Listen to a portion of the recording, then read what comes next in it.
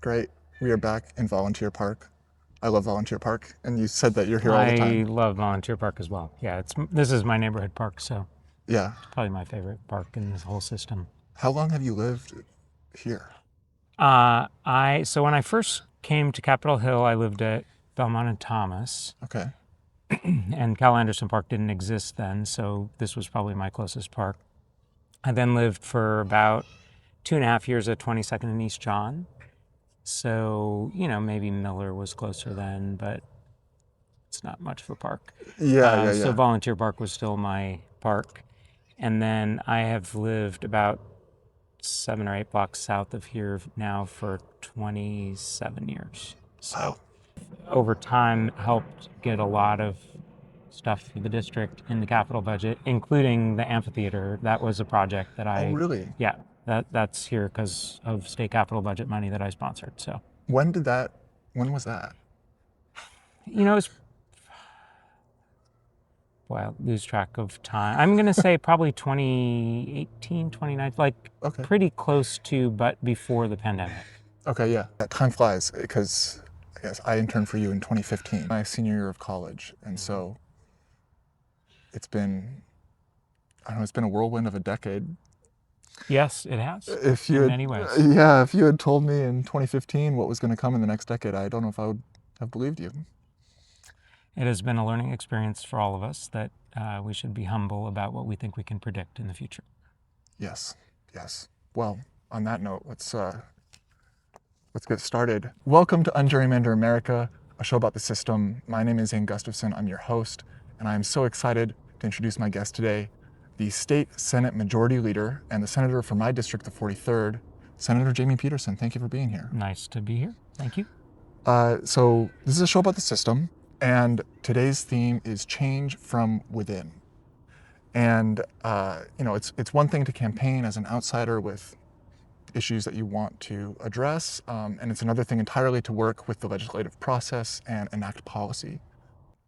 I framed my last conversation with your opponent, Hannah Sabile Howell, as challenging the status quo. You are the Senate Majority Leader of the party that is in power, and you've been in office for 20 years, and in those ways, you are kind of the status quo.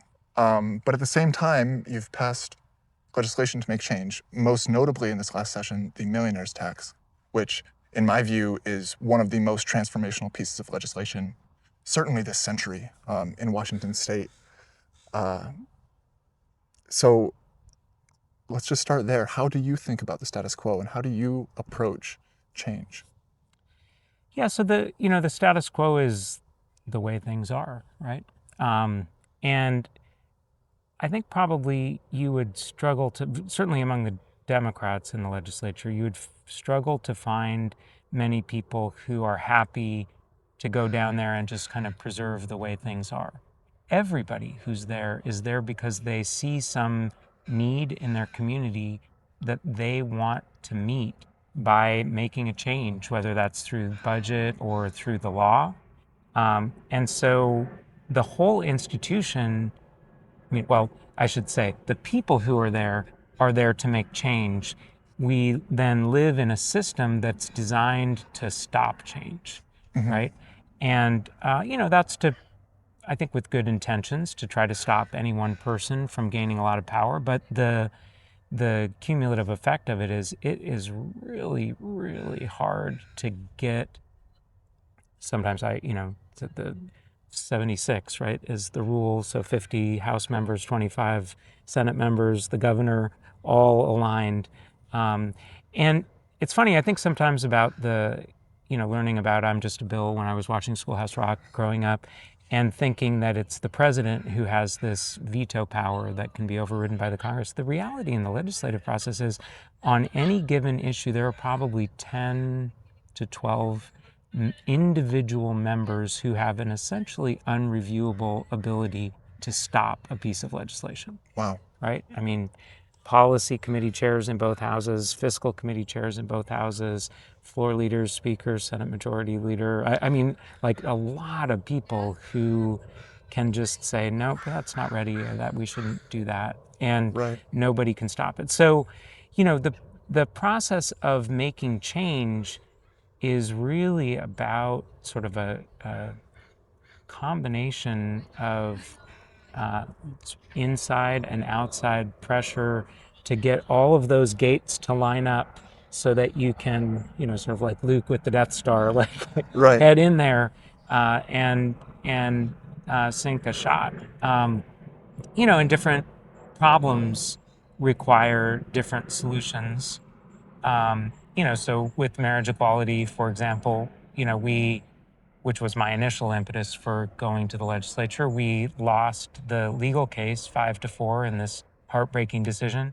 And then we engaged in a 6-year sort of iterative process to get to marriage and became the first state to undo a legislatively enacted Defense of Marriage Act, and then became the first state, tied with a couple of others that same Sure. election night, Yeah. to have the voters approve marriage equality, right? Similarly, on gun violence prevention, to go from being a bottom 20 laggard in terms of our laws to being a, by any measure, top 5 state, that took years of organizing. But eventually we did get there, like, and all the things sort of have now lined up so that it's, in the last session we were able to pass a permit to purchase law, which was really kind of the crowning achievement for getting the constellation of prevention laws. Sometimes it happens really quickly, like when, after George Floyd's murder, we had a big consensus both in the public and in the legislature about making change in terms of police accountability. And in one session, we were able to pass 14 bills that put us in the vanguard of states in that way. And other times, gosh, people have been working on trying to add an income tax to our repertoire of taxes for 93 years. And, I've played a part of that for the last 15 years or so that I've been working on that. Assembling the building blocks from overturning the Tim Eyman initiatives that purported to require 2/3 majorities to raise taxes, which took a really carefully developed legal strategy and legislative strategy, to the passage of the capital gains tax, which was a multi-year effort that required a lot of folks' work. And then, it just turned out that this year the stars looked like they could be aligning, and so we took a shot and were able, in a single short session in an election year, to pass an income tax on millionaires, which is, I think, quite extraordinary, really. Yeah, I was shocked that it was able to happen. And so you're saying that the millionaires tax, it didn't just come about this last year. Like, this has been in the works. This was for better or worse, my emails are like matter of a lot of public record at this point. So you've, in the capital gains tax public debate over the initiative to repeal it, there were all sorts of my emails that Jason Mercier bandied about. Senator Pedersen is trying to make this into an income. He wants an income tax in our state, which I said, it's not like it was some deep, dark secret. I've been saying that for years to constituents who were writing to me about it, and writing to me about capital gains, and saying, hey, I think one of the great things about this is we could put a case in front of the Supreme Court that would give us a chance to overturn this really terrible 1933 precedent. Right. So, this is the culmination of a multi-decade effort, but, even for me, I guess, multi-decade effort. You don't have big things like that just happen overnight. Right. So a lot of the discourse around the millionaires tax has been, I would say, criticism from the right in terms of, this is going to drive millionaires out of the state, yada, yada. But here in this district, this is one of the most left-leaning districts in the state. This is the densest district. It's the heart of Seattle. So how do you balance your position and your representing the 43rd as senator with the needs of the caucus to get something done, especially now that you're Senate Majority Leader? Yeah, so I guess what I would say is, before I became the leader 2 years ago, I was the campaign chair for 7 years. And, starting at the moment when Senator Dingro was first elected and we retook the majority, right? So I have worked really hard and really systematically to elect what is, I think, now the most progressive, most diverse Senate Democratic caucus that has ever existed in the state of Washington. And that's a long way of saying that I think there are fewer conflicts between what the majority of my caucus members want and what the majority of my constituents want than you might imagine. Oh, interesting. That said, there are times when it does become clear that there's one thing that's good for, I would say almost it's less even about the caucus than it is about the state. And because I have a responsibility, really the majority leader is the person who has the corner office in the Senate. It's, I'm the equivalent of the Speaker of the House, not the equivalent of the House Majority Leader, right? So I have to, even though I'm elected only by the Democratic caucus, I have to be thinking about what's good for the entire state of Washington. And there are times when there could be some conflict over that. So I'll give you one example. Last year in the 2025 session, part of our package to balance the budget was to increase the estate tax. Mm-hmm. And, we already were tied for highest top marginal rate on the estate tax with Hawaii of any state in the country. And there are only 17 states that even have an estate tax, right? We then increased the top marginal rate from 20% to 35%. Okay. And I'll tell you, we heard a lot of both business leaders and individual folks who essentially said, I'm done. I am relocating out of the state. And I think much more than the chatter about the millionaire's tax, like that estate tax change was driving behavior. And we heard that from CPAs and from tax lawyers. And so it became pretty clear to me that not only were we endangering future estate tax revenue, we were also endangering capital gains tax revenue, because once people changed their domicile for purposes of the estate tax, they would, of course, no longer have to pay the capital gains tax either.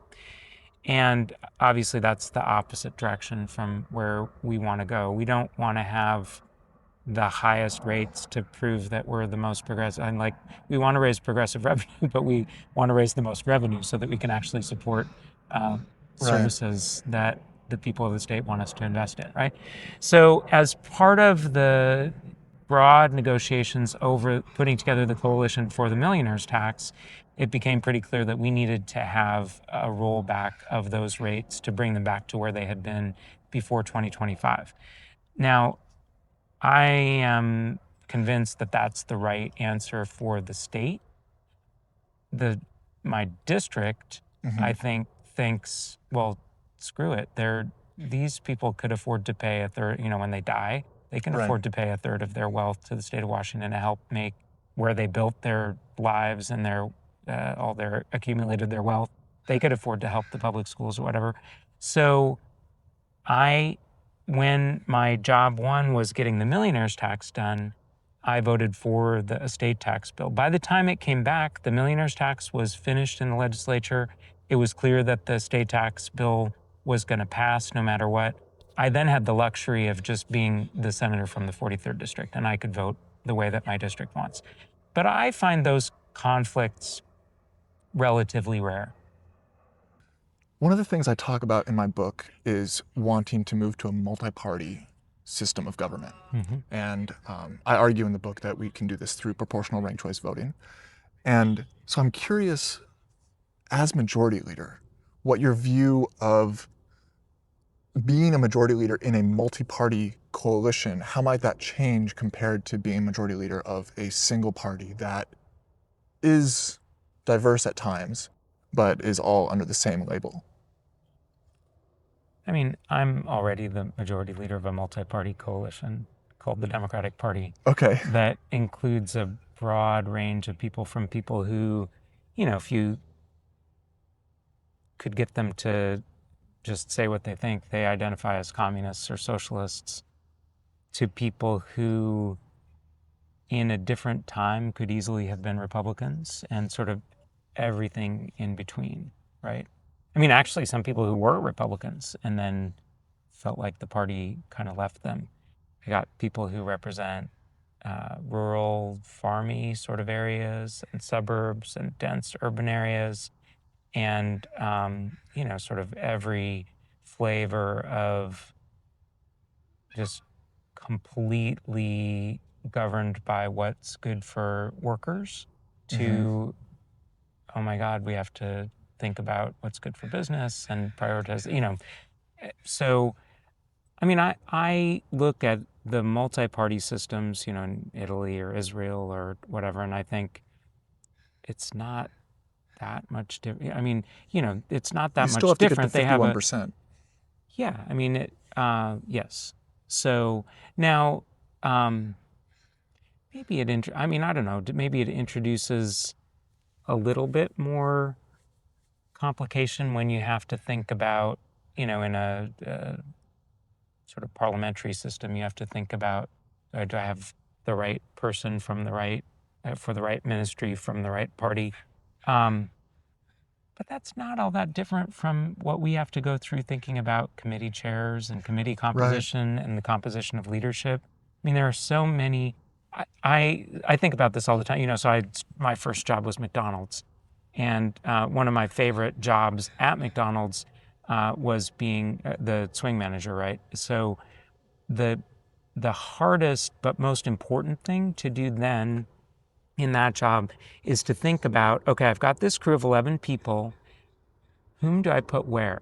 Like, this person might be my best grill person and my best window person and my best drive-through person and would do a really good job in the dining area, right? But I have to put 11 people out to try to get the best total result for this shift, right?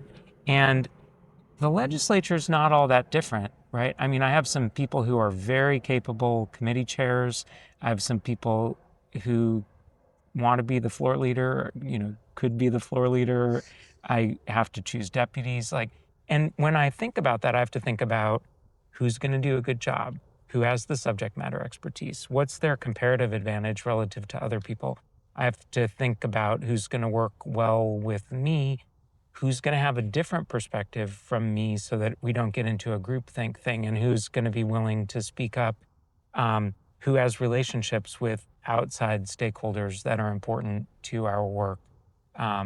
What part of the state they're from? What part of the state they're from. Like, we got to make sure to have suburbs and urban areas and Eastern Washington. I mean, like, all of those things. Like, and then obviously for us, in terms of our values, both racial and gender diversity and diversity along the lines of LGBTQ people, like, all of that is important. So you have all of these layers to think about, and it's the most artful part of what my job is, like, to figure out, I've got 30 people, like, how do I deploy them to get the best results for the state, right?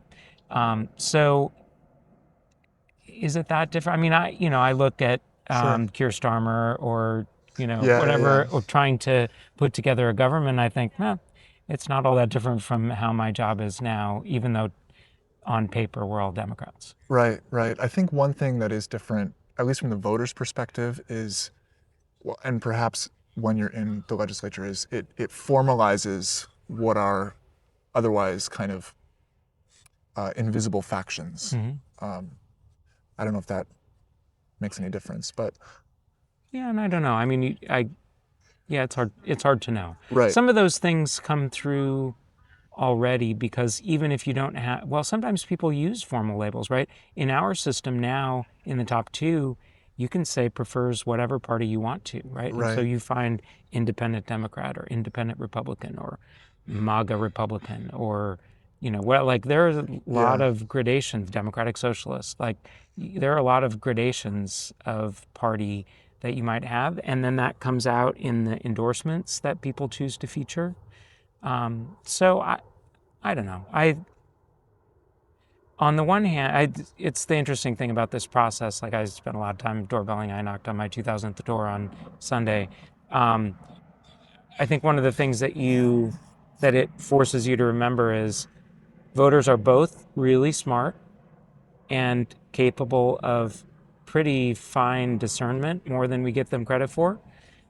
Um, and the vast majority of them are not that engaged. Like they're not Yeah, spending all their time thinking about these things. And for, particularly right now, given what's going on at the federal level, yeah, a lot of them don't look any further than, oh, you're a Democrat, I'm voting for you. I hate what's going on in DC. right.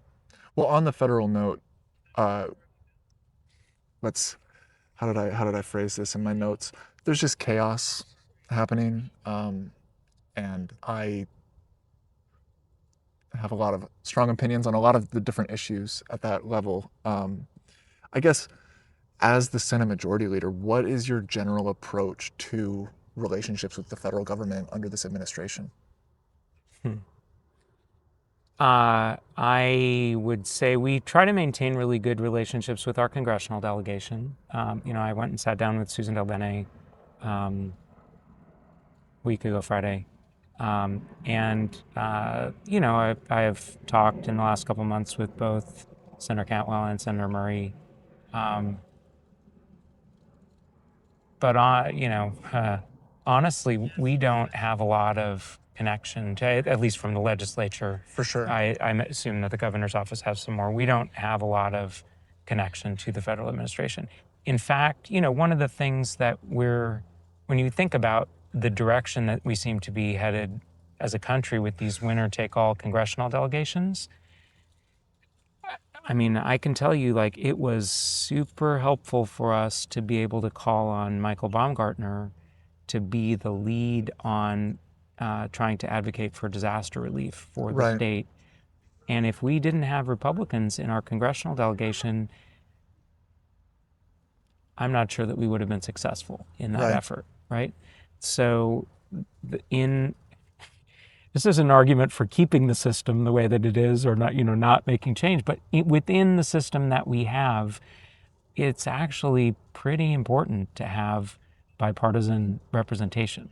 absolutely. So, in my book, I argue for proportional ranked choice voting. I know that you're in favor of ranked choice voting generally, but I argue specifically for a proportional ranked choice voting system that's multi-winner districts where here in Seattle you would probably end up with a Democrat and a socialist of some flavor, a Democratic socialist, whatever the label they want to put on there, Which and then we have already. which we have already in this Mm-hmm. district. Mm-hmm. Sean Scott, your seatmate, Seatmate. seatmate, Mm-hmm. yeah, If we want to be precise, House seatmate. House seatmate. Mm-hmm. Yes, yes, it is good to be precise. Mm-hmm. Would you be in favor, or would you support proportional ranked choice voting as a specific way of changing the voting system? In the state, I guess, yeah. are you So, thinking about in the country? well, I'm thinking about both. I Mm-hmm. guess I would most like to see it happen at the national level. Mm-hmm. I think one of the things we see in Washington and Alaska and California is there's a kind of a test run, the state or the laboratory of democracy. So we could test run it here in Washington as a way to then get it to the national level. And in that case, like you said, with having Representative Baumgartner from Spokane, you would end up likely with Eastern Washington being represented by maybe two Republicans, maybe a Libertarian, and also a Democrat, because there are many Democrats that live on the east side of the state. If you had enough representative, I mean, Right. in a 10-seat delegation, you probably have only two, and they're probably both Republicans. So you could, Um, yeah, but it depends how you divide things up, right? I mean, look, here's what I'll say. I got to spend about a week last summer with Bryce Edgman, who's the Speaker of the House in Alaska. And I was fascinated to hear about the long-term effects that ranked choice voting has had on their system in Alaska. I mean, they have two chambers that are now governed, like the leaders are Democrats. right? I mean, I think Bryce maybe officially changed to being independent, but he's a Democrat. I didn't say that, right? And the caucuses that they lead are made up of all of the Democrats, all of the independents, and I won't attribute this to him, but what you might call the non-crazy Republicans, right? And those are the majorities in Alaska. Right. And, it has produced, I think, collaborative government, collaborative decision making. A little bit challenging because they have a tough governor to deal with. But, I think that says a lot about what the potential could be with ranked choice voting. Now, there is a broad group of ideas that could all be called ranked choice voting, right? Or proportional representation. Yeah, right. And so the details matter a lot. I'm not, for example, in favor of eliminating the primary and using ranked choice voting to do the work of the primary and the general in a single election. I think, there's a reason that turnout is so much lower in the primary, and I think part of it is people just don't. Like, there are a lot of people who don't have the patience to wade through 28 people who are running for governor and 34 people who are running for U.S. Senate all at the same time, and then 54 Superior Court judge positions in King County and whatever. Sure. So I think that deploying ranked choice voting in a primary to help narrow the field to a top two that you then can have people look at in the general for state level offices is great. For municipal stuff, there are so many fewer offices that are on the ballot. I think probably people have the attention span to have more offices be covered there. And, maybe you could even narrow to 3 or 5 for the general election and have that be a productive thing. In terms of the proportional representation, I think it really depends how big you make the districts, right? So one of the things that that has to happen for that idea really, like, in Seattle, I think in Seattle as a whole, so we have 5 legislative districts that are mostly here. Right. And I would say they're probably close to 10% Republicans in Seattle, right? So you could make a case that that Seattle ought to have at least one Republican that represents it, right? Yes. The countervailing value is that if you make a district that big, and we saw this in the change from at-large city council to districted city council. Right. When you have everybody at large, doorbelling stops. The only way that you can communicate with 800,000 people is, mail, cable, which means that it means both that it's a much bigger budget kind of election, which has its whole own set of consequences. And it means that the individual contact, like the delight to say, oh my God, the Senate Majority Leader is standing at my door asking me what I want to talk to him about. Right. Right. I mean, and I think that basically stops if you have these, bigger districts. So now maybe you can combine 2 districts and still have some of that happen. But if you had 10 districts with all in the same with 1.8 million people each, or what, that would 900,000 people each, right? Right. There's a lot of things to weigh. There are a lot of things to weigh. It's complicated. And it's not that there's one way that's just plainly better for democracy. There are trade-offs. I agree. I will. I know you haven't read my book. of this copy But today. you're excited to show me. I am excited to show you. So I literally redrew all the states, all the districts Mm-hmm. in Washington State. I increased the I size of see the you got district. 4 districts Yes, here, yes, right? we've got 4 districts here. And so the color, the color in the box represents the party. And so blue is Democrat, red is Republican, green is progressive or Democratic Socialist, and then yellow is Libertarian. And so obviously there are 16 seats here instead of 10. So I did some other things. I increased the size of the House. But Well, if you're amending the Constitution, why not? exactly. Go big or go home. Anyway, so I hope you'll take another look at that. You mentioned doorbelling and campaigning.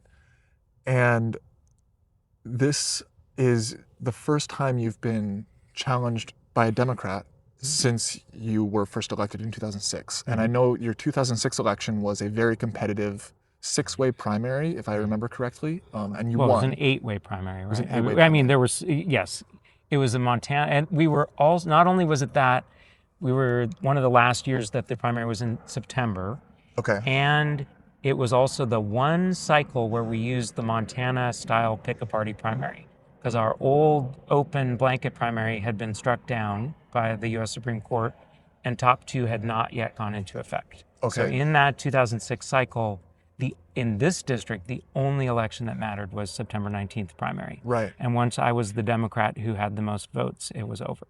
Right. And now we have a top 2 system where you can have 2 Democrats make it through to the general.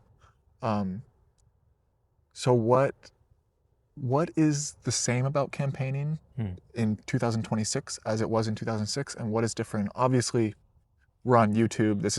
That wasn't a thing in 2006. I'm curious. Yeah, I would say so. Starting with what's the same, in campaigns, we think still that the 2 fundamental metrics for successful candidates are how many doors do you knock? I mean, you and your campaign, but it makes the most difference when it's the candidate, and how much money do you raise? Because the money is all about your ability to communicate your message with people in the district. And that, 20 years on, like, that has not changed very much. Social media has changed that a little bit. I'm not sure that it's gotten to the point where it's really moving the needle in legislative campaigns yet. But, on the chance that it is, we have to be aware of that and participating in that ecosystem. We're going to clip that, put it on Instagram. Well, look, see, and then you can compete with me baking cookies or standing on my head. Right. Right? So anyway, I think fundamentally those interpersonal interactions with people, like, that is the basic building block, at least in elections that are the size of state legislative districts of our elections. Now, in terms of things that have changed, wow, data is so much more sophisticated and so much better than it was. It's a little scary sometimes. No, it is. I mean, but I used to, pay for, like, these big bundles of paper that would be the walk lists for a precinct, and I would clip it onto a clipboard and I would walk out, and man, it was cumbersome to figure out, like, go looking around for, you got to remember, like, iPhones didn't exist when I ran the first time. I did have a cell phone, but, it was a little flip phone, whatever, so I could potentially be reached if there was an emergency, but I wasn't using it to see, like, what house was coming up next or to record anything. I was literally writing in pen on my clipboard notes about people that I, after I had had an interaction at the door, that all had to get sort of put into the computer and kept track of, probably at that time in an Excel spreadsheet, to try to figure out, like, who were our supporters or whatever. Now, oh my gosh, Vote Builder and Minivan are super sophisticated. Have you ever looked at this? I haven't looked at that, no. Oh, yeah. Here, let me. Yes. Yeah, so let me show you this. So that is a giant change. You think about, like, the ability to have all of that, like, collate, and then this feeds into our campaign Yeah. database so we can figure out like who we need to turn out, because we get Right. matchbacks as the votes come in, and who hasn't voted yet, and like we can call them and say, yeah, you need you to Yeah. send in your ballot. Whatever, can we help you get your ballot sent? Like whatever, reminder, like election day is coming up. Right. So that's a huge change. Social media is a huge change. I think, I think I'm told to expect something in the neighborhood of 60 to 65 questionnaires from groups that make an endorsement in the race, which is a giant increase. I mean, that is a Mm-hmm. huge amount of Yeah. time and Yes. energy to put into those. So that's a change. I mean, I probably in my first race I filled out 12 or 15 of them or something like that. But a lot of people have Right. gotten into that business. When I ran the first time, I raised $180,000, and my house race was the most expensive house race in the history of the state to that point. Now you got a lot of, I mean, there are probably 30 people who've raised more than that in this cycle already. Mm-hmm. So far, you've raised about $300,000, and about 40% of those contributions came from businesses and PACs. And so I'm curious, what is your response to critics who argue that those contributions influence your leadership in Olympia? Yeah, I think the people who make the contributions and the lobbyists who help direct them would be surprised to hear that. Um, I just don't think that I don't think that there's really any evidence to support the idea that my votes changed, or, I mean, it's not even just my votes, like whom I talk to, whom I spend time with, like it doesn't change based on who gives me money. Um, and I don't know what they think, if they think it does, but, classic example, I chaired the House Judiciary Committee for 5 years and then chaired Senate Law and Justice. Like, I always met with the NRA. I don't agree even a tiny bit with the NRA. They would never give me money. But I think it's really important to make good policy, to hear what they're thinking about. Mm-hmm. And, so it didn't matter to me if they gave me money. Now, on the other hand, I've taken money from coal companies and oil companies. I think you would scour the record in vain to find a single time when I've voted in a non-environmental way on any bill ever, right? And so I don't, like I said, I don't have any visibility into what they think they're getting Mm-hmm. by sending money. I mean, maybe they think they're getting somebody who will actually talk to them, which is true because I talk to anybody. Um, and I do have colleagues who don't talk to people that they don't agree with, which I think is unfortunate personally. Um, but I'll tell you, as you said, I have not had a competitive. I mean, I've had two challengers. Shama Sawant ran against me in 2012, and then a Republican, what was his name, Dan Harder, I think, ran against me in I 2018. saw you got like 8% of the vote or something like Yeah, that. I mean, both times I got, somewhat coincidentally, because one's from the left, one's from the right, I got 91%. In all the other cycles, I mean, I was one of the most generous contributors to the House Democratic Campaign Committee, and then I have been kind of far and away the largest contributor to the Washington Senate Democratic Campaign. So I don't care who gives me, I'm all about electing Democrats. Mm-hmm. I use that money to elect people who vote for a millionaire's tax and vote for a big increase in the business and occupations tax and vote for an increase in the capital gains tax and vote for a capital gains tax and make it possible for us to have all of those votes because we have a majority that's large enough to have, 25 votes to do that policy, right? I've taken money from landlords all the time, and I voted for rent stabilization, right? Mm-hmm. And I voted, I see. but it's funny, like this year, I did a bill. I had a constituent who wrote to me who said, it's complete BS that my landlord put in this smart lock system that requires me to download an app on my phone to be able to get into my own apartment, right? Uh-huh. And because I've now downloaded their app, they can track my motion. They know when I'm coming and going. That I want to be able to have just a physical key so I can get into my apartment without somebody, Big Brother, knowing where I am all the Right. time. And I said, well, that seems pretty gosh darn reasonable to me. So we did a bill, and a lot of landlord-tenant stuff is really hard and very contentious. Because I have a pretty good working relationship with the landlord groups, I called them up and said, hey, I had this problem that my constituent brought me, and they had some suggestions for how to do it in a way that would achieve the objective, but not sort of screw everything up in their world. And the tenants groups were all for it. And so we actually got a bill together that passed pretty much unanimously through the legislature and solved the problem. On the millionaire's tax, I know you've talked about it to death here and elsewhere. I did the math on it, and if all of the revenue of the millionaire's tax had gone toward reducing the state sales tax overall, you could have reduced the state sales tax from 6.5% to 5%.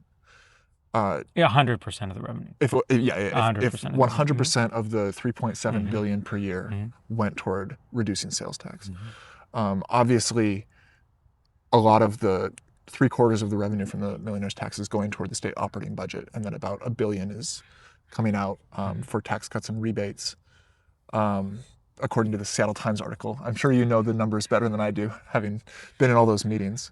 How did you go about, like, what was your role in the policy sausage making, as it were, in deciding, okay, it's going to be 2.7 that goes to the operating budget, not 2.2 or 3.2 or whatever? So what I would say is the core idea of a tax on income over $1 million at 9.9% to match the higher rate capital gains tax over $1 million was my idea. And it was my idea to have a significant piece of it be applied to reducing more regressive taxes. And everything else is not my idea. Like, everything else is the conglomeration of a lot of other people, and I had a voice at the table Sure. to help negotiate that. But, my initial hypothesis was we're going to put a bunch of money into public defense because that's a giant need that's coming down the road at us. And so, and by the way, if we don't fund it at the state level, like, the counties are screwed, and the counties are going to come looking to us for money, and we don't have the money in the operating, but so let's just get out in front of it and fund that. And in terms of tax reductions, I wanted to reduce property tax, right?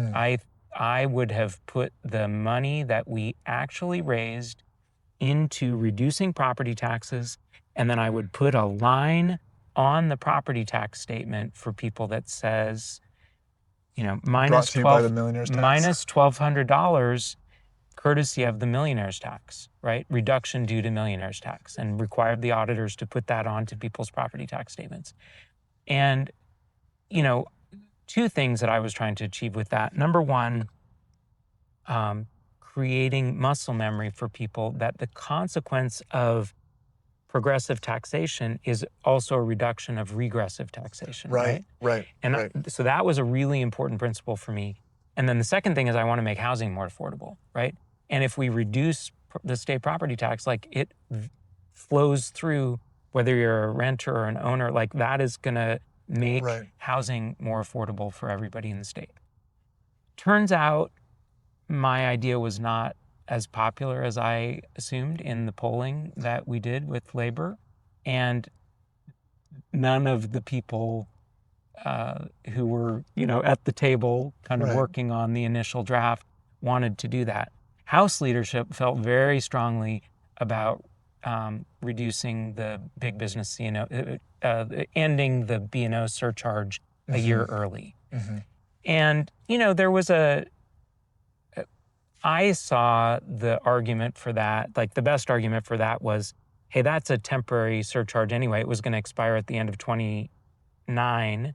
If we had it expire at the end of 28, then if you count, do your sort of count of how much is put to tax reduction in that year, you got more flexibility once that rolls off, right? You have all this money that you haven't then permanently committed. Now, as it turns out, the House, in its wisdom, the House Finance Committee,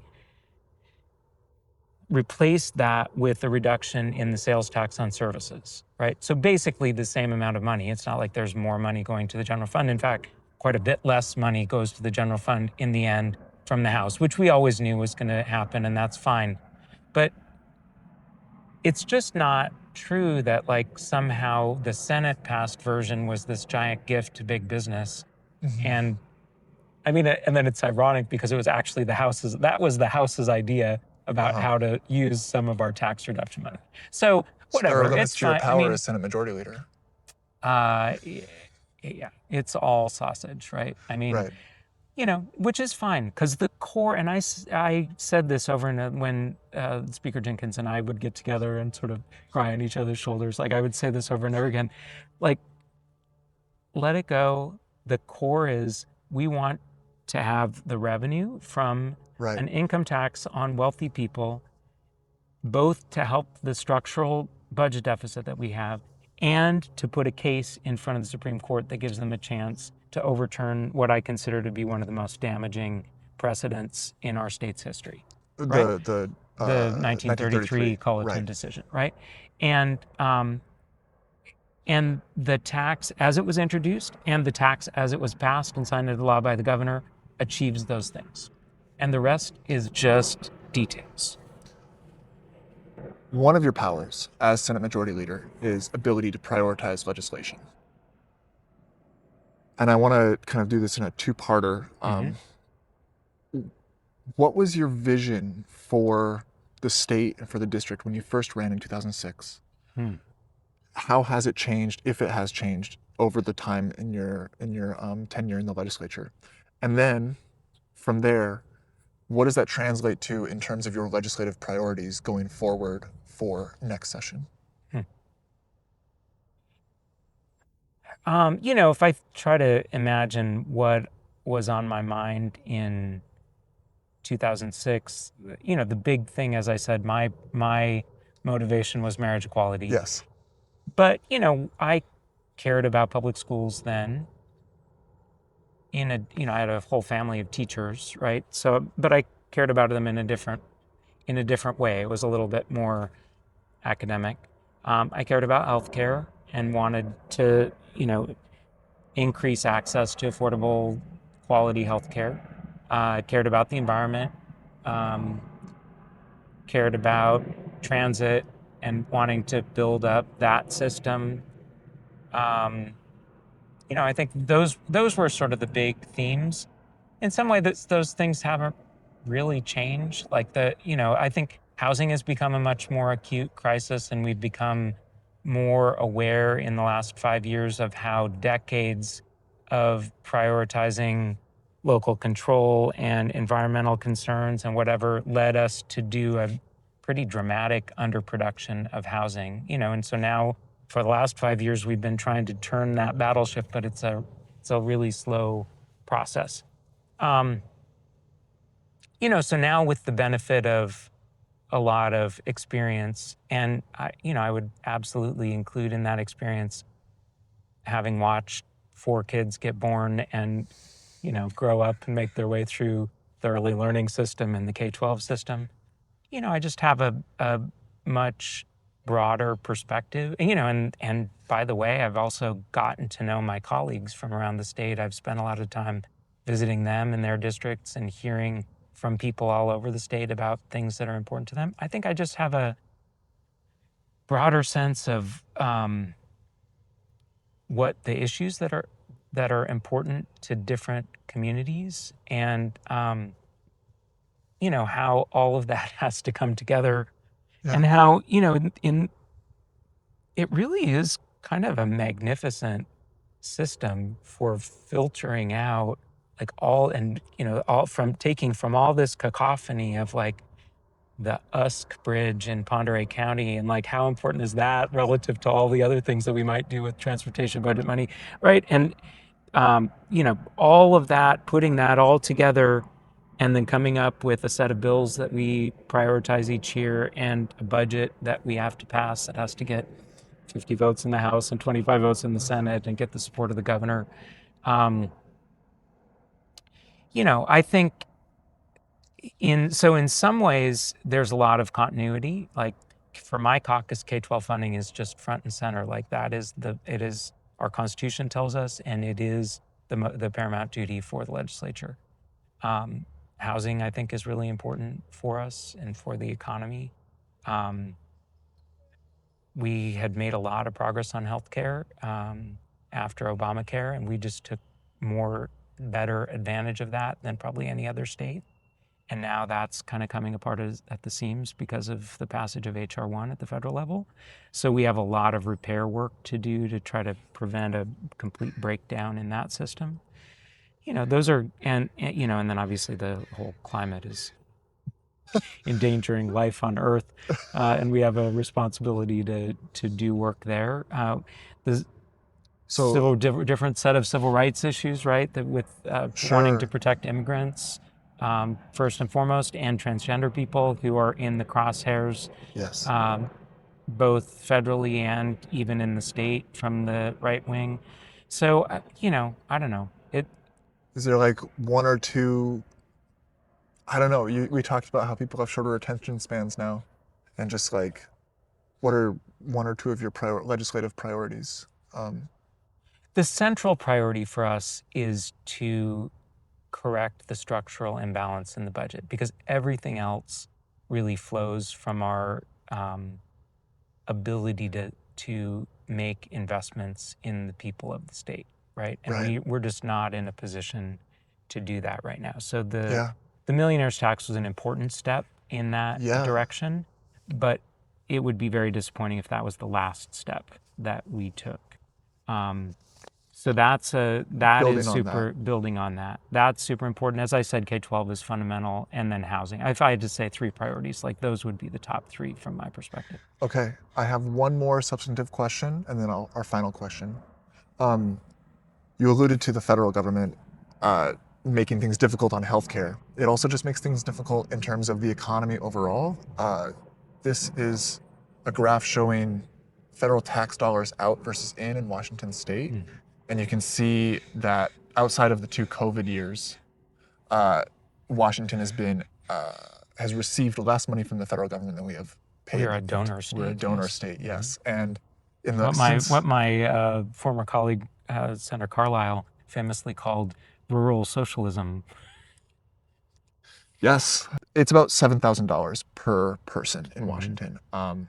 And if you think about that in terms of job creation and the drag on the economy, it's quite large. I know this is probably a better question for your congressional colleagues, but what does that influence anything that you do at the state level? I think in a lot of policy, we think about how we either can piggyback on what the federal government is doing to amplify the effect, or we think about what kind of a counterbalance we need to be.